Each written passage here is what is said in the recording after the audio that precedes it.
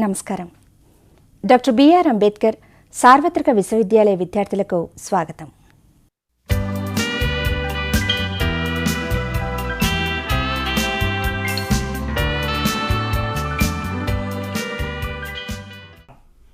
Hello viewers, today's tele lesson is on technology and communication for MBA first years. The word communication comes from the Latin word communis.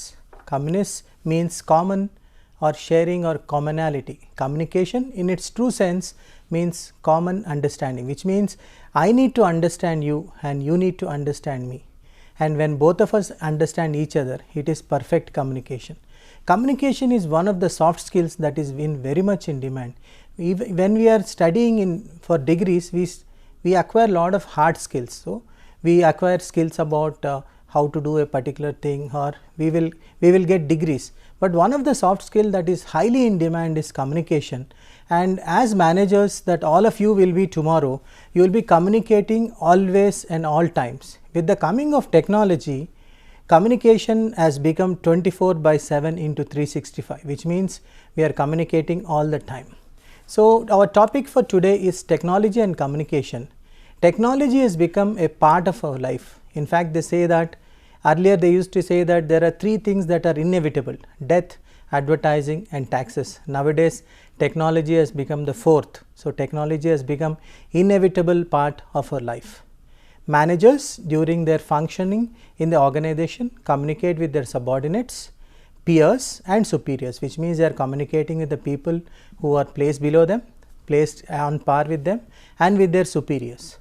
Managers use both oral and verbal media in formal and informal contexts, and managers also communicate upward, downward and in horizontal channels.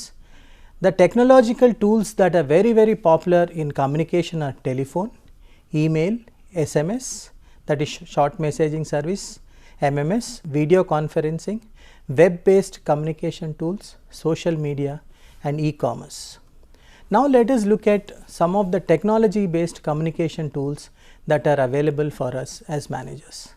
First one is called a telephone based. So all communication where we are using telephone, whether it is a fixed landline or a mobile phone or a fax or an SMS or MMS, these are all technologies that we are using through the telephone based. Then we have web based tools like internet telephony, voice over internet protocol, that is popularly called as VoIP, instant messaging, email, internet relay chat and video conferencing. Nowadays it is very popular to use social media tools. In fact, the technology that we are mostly using now is all about social media. One of the most popular ones include Facebook and WhatsApp, which is even more popular. WhatsApp is the most popular social media tool that all of us are using. Then we have Twitter, LinkedIn, YouTube, etc. Let us first look at telephone based communication, because telephone is one thing that is available with all the people. In fact, there is a saying that in India there are more telephones than the number of toilets, which means that is the importance that everybody in India is giving to a telephone. So for a long time telephone was only used by very limited people and it was in the monopoly of the government. But nowadays all those controls are gone and telephones have become very affordable. A telephone in pure words is a device that converts the human sounds into a form that is transmittable either through a wire or a radio technology. For a long time we used to communicate only through a fixed telephone. A fixed telephone, or also popularly called as a landline telephone, is a immobile telephone, which means we can only use it in a particular room or at the maximum in the house if we are having a cordless. Whereas a mobile phone, which are now become very popular, also called as a cell phone, is a wireless portable handset which can be taken anywhere. And in fact, the smartphones have meant that one can communicate with anybody else omnipresent, which means wherever we are we can communicate with anybody else in the world. So let us see what are the advantages of using telephone based communication. So whenever we are using a telephone, we can talk to anybody anywhere in the world. So I can just pick up a phone and call anybody, let us take in America or Ethiopia or Australia or China or Japan or wherever it is. Especially when there are calamities, for example, there could be emergencies like fire, cyclones, for example, sudden unexpected burns, riots. This is where telephones become very, very important. In fact, they can be priceless or they can be saving lot of lives. Sometimes what happens is, as managers, it is difficult for us to make conversation face to face, because in face to face conversation sometimes either us or the person with whom we are talking might go into a confrontation. So when we want to avoid a confrontation, it is easier to use a telephone. So sometimes when it is needed that a message has to be passed, maybe a harsh message or a message of maybe which if you are saying it face to face might lead to some difficulties. In those times we can use a telephone to avoid face to face interaction. And telephones are easy to maintain. Nowadays they become very, very reasonable. They save us lot of time and energy, and nowadays both the handset costs and the recharge costs have become very, very low, and even the internet facility and the download speeds and how much can be downloaded have become very, very affordable. So this has meant that telephones have become very, very popular. But let us also understand that telephone based communication has got some disadvantages. What are the disadvantages? Sometimes it could be we might not get the connection with crores and crores of smartphones operating. Sometimes what happens is, it is quite frustrating that we might not get a connection, and the other person who is expecting the call thinks that we are avoiding him, and then there could be a lot of disturbances because of call dropping and technology related issues. And the biggest problem nowadays is because of the amount of usage that we are taking from a cell phone or a smartphone has meant that power has always become a problem. So sometimes what happens is, in the most critical times the power is not available. Of course nowadays power banks are available, but what it means is we are now having two cell phones, a power bank, and all that itself means a lot of weight in the pocket. And sometimes now doctors are cautioning that with the prolonged use of cell phones could lead to a lot of health problems, especially in the ear, and also we could face some neurological and psychological problems of too much of usage of cell phones. Now let us see what are the type of telephone calls that we can make or we should be making during a process of doing a job. The telephone calls that we can be making are classified into two categories. One are called as social calls. Social calls aim at conveying messages and fostering relationship and require little planning, which means whenever we are calling our parents, our friends, our relatives, our casual acquaintances, we don't need any planning. We can call them at any time, we can talk whatever we want. But then we are coming to a second part that is very, very important, which is called as a business call. Business call aim at not only conveying messages, we also might be conveying some company related messages, some professional we might be receiving orders, we might be delivering orders, a doctor might be giving appointments to his patients, but also lots of time business calls are also made to create a good image for the company. So what are the tips for effective telephonic talk? What I am going to say now is common for caller and receiver. The following guidelines have to be observed either when we are either calling or receiving. So whenever I make a call, I should show interest in the call. So I should have a pleasant voice, I should be very charming, I should vary the volume and pitch of my voice. And also when I am making a call, I should speak slowly, because we should all understand that English is not the native language for almost 95% of the Indians. So whenever we are speaking in any language which the receiver is not very comfortable, it is better to talk slowly and paraphrase, which means keep on asking questions and try to get responses so that the other people understands what you are saying, and stay focused on the call throughout, because it is very, very important that we should stay focused, because we should not get distracted from the call that we are making. So now let us look at what are the guidelines for making telephone calls. Let us take the company has given you the responsibility of making telephone calls for the company. So first of all, we have to decide whether a call is necessary or not. What is the information that you are seeking from the receiver?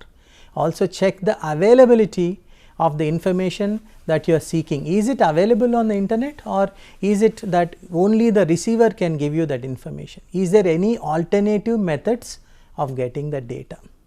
Prepared for making a call, plan, jot down points, have a pen and paper ready, because lots of time the receiver might be giving you some points that you do not want to forget. Create the right environment, go into a room or a place where there is less noise level. Do not have any disturbances like somebody talking in the room or a television or a radio. So, reduce everything and concentrate as if the call matters the most for you. Let us take when the call is materialized, which means the other person has picked up the call. Then what do? Use the 3-point introduction, which means name the person that you want to talk, then identify yourself and your affiliation. You can say what is your name and what is your designation, and a brief explanation for the reason for calling. Suppose if you are asking for an appointment, say that I need an appointment and that is why I am calling. So, please remember that everybody nowadays in the world is pressed for time. So, be time conscious, be as brief as possible, be very focused, speak quickly and clearly, and get right to the point of the call. Be accurate, provide the information, and if suppose sometimes what happens is the receiver might ask you for some additional information from your side. If it is available with you, please give it, otherwise tell him that you are going to hold the call, and also tell him that he should be holding at least for a minute or two, so that he will not be getting hassled. Most companies what they do is they have some very pleasant music, so that the person holding the call will not get bored. Speak cheerfully, because your entire personality is only your voice. Speak as cheerfully as possible, be very professional and courteous. Remember, the other person cannot see you. So, what you are is a voice of the company. So, the other person will only identify the company or you from your voice. So, use professional vocabulary and courteous language. Do not use vulgar or offensive language. Say thank you and please during your conversation. Do not eat, drink or chew gum, because it is very annoying, and the sound of you drinking, chewing or eating is very audible for the other person. Now, let us look at the right time to use a mobile phone. We should be very careful, because nowadays mobile phones have become omnipresent, and whenever we are using mobile phones, we have to be very careful that we do not use them when a business meeting is going on, and also try to avoid multitasking. Do not do too many things at the same time. Also, whenever you are driving a vehicle, please do not use a mobile phone, because it is an offense. Sometimes you do not have to take all the calls, you can use a Truecaller. Be courteous with the people around you, apologize and carry on in private. Set right volume to make conversation. As in face-to-face conversation, use a mobile phone and use a low modulated voice. Avoid mobile yell. Do not yell into the phone, because it is disturbing for all the people around. Use a professional ringtone. Let us now move on to web-based communication. What are the web-based communication? Web-based communication is defined as the sharing of information, words or ideas over a network of computers known as the internet. So, what are the forms of web-based communication that are available to us? The forms of communication based on web and internet are instant messaging, internet telephony, voice over internet protocol, emails, very popular, short for electronic mail. Email is the transmission of messages over communication networks. Internet relay chat, you can talk in groups or in private on the internet, and very popularly web conferencing, where you could be sitting at different locations to hold a live conference over the internet, and nowadays very popular, which is called as a video conference. It is a conference between 2 or more participants at different sites. Each participant has a video camera, a microphone or a speaker, and is connected on his or her computer. Let us now very quickly look at what is emailing. One of the most popular methods of web-based communication is emailing. The benefits of email are many. Variety of messages can be sent, short notes can be sent, greetings can be sent, large text can be sent, attachments can be sent like graphics, photographs, images, videos or audio clips. It is very convenient. 24/7 messages can be sent at any time, anywhere in the world. So let us look at some of the tips to send an email. Know when an email is appropriate. Whenever we have to send large data of information, when we have to send longer attachments, short messages to multiple receivers, and what advantage of email, it can be archived, it can be saved. For example, but not all messages can be sent by email. Suppose we are doing a performance appraisal, or if you want to send some sensitive information, it is always better to have a face-to-face communication or send it in any other form, because emails can be tracked and can be hacked also. Know the receiver and his email ID properly. A subject line is very, very important. Whenever we are sending an email, a very interesting topic or a subject line should be used, and that will arouse interest. So whenever we get an email, if the topic line or the subject line is very, very interesting, we will open that mail. And also tomorrow when somebody wants to search for that particular email, the subject, if it is properly given, it aids in searching. Sometimes we have to use a blind copy, and when do we use a blind copies, we don't want the receiver to know that the same mail has gone to somebody else. Sometimes we use what is called as a CC, or also called as a courtesy copy, and we have to greet the receiver in a very receiver of the email in a very professional way. It is better to say, "Hi Krishna" or "Dear Mohan." Now let us look at some of the conferencing tools that are available for us.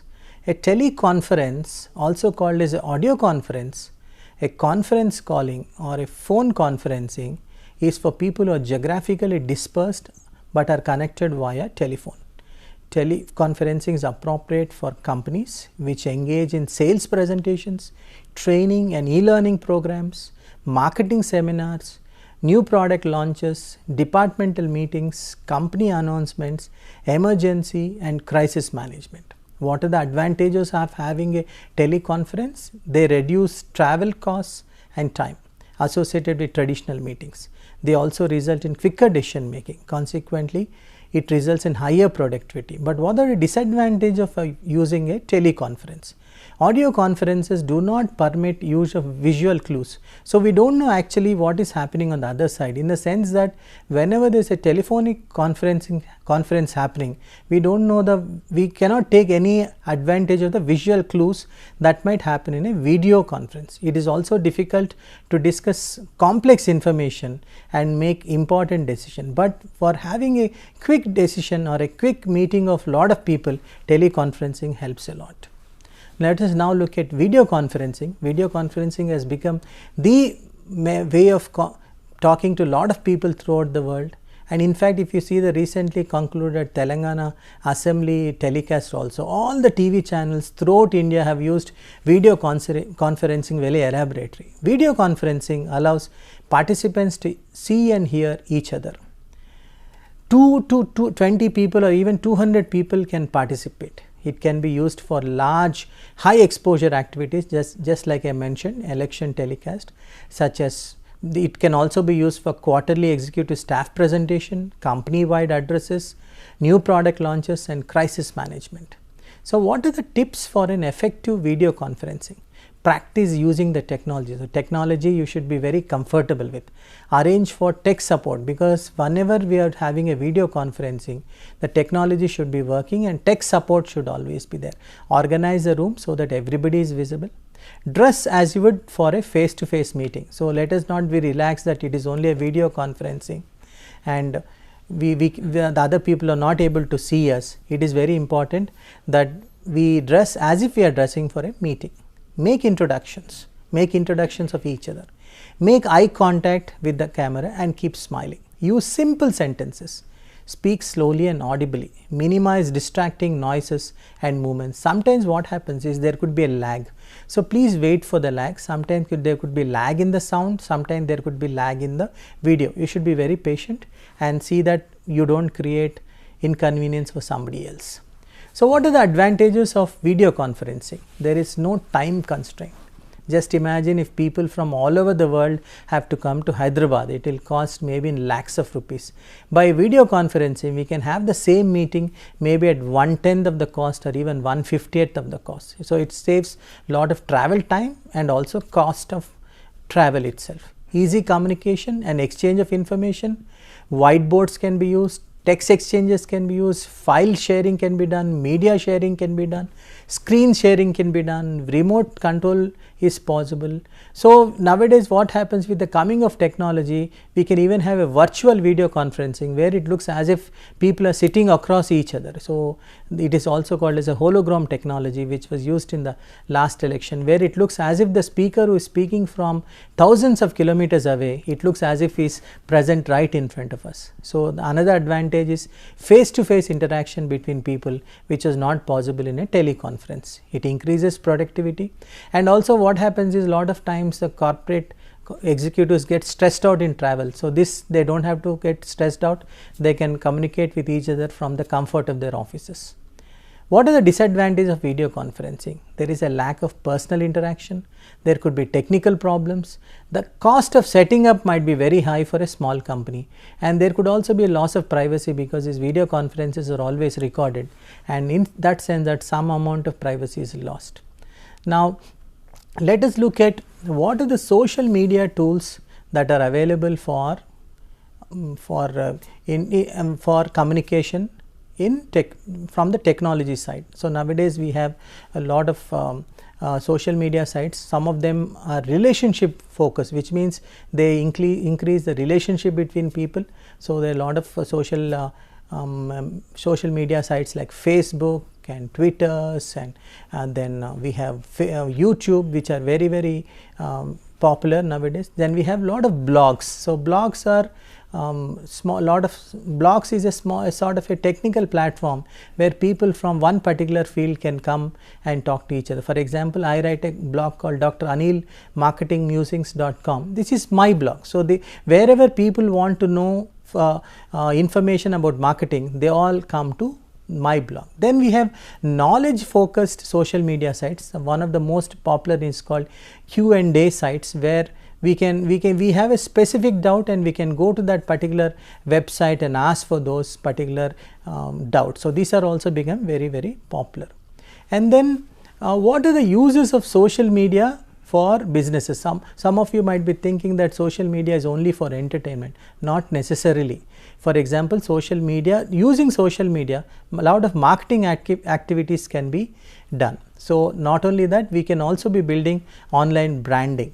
So let us now very quickly look both at the positives and negative impacts of technology. Like we have seen in the last 20-21 minutes, we have seen that the technology is a double-edged weapon. We could be using for our positive impact or for a negative impact. So I would say overall there's a lot of positive impacts of technology, and nowadays we are seeing that farmers, students, politicians, everybody is getting benefited by the technology. But at the same time, we should be very careful that this technology should not be used to spread gossips and frauds and misinformation, because especially we should be very careful about some of the new technologies like WhatsApp, where a lot of false information can be spread. Overall, what we can say is technology has aided communication, and using the technological tools we can communicate very effectively and make our own personal and professional life a big success.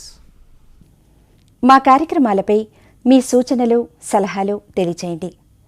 మీ సూచనలు సలహాలు తెలియచేయవలసిన మా చిరునామా: director, audio visual production and research centre, doctor BR Ambedkar open university, professor G Ramareddy Marg, road number 46, Jubilee Hills, Hyderabad 500033.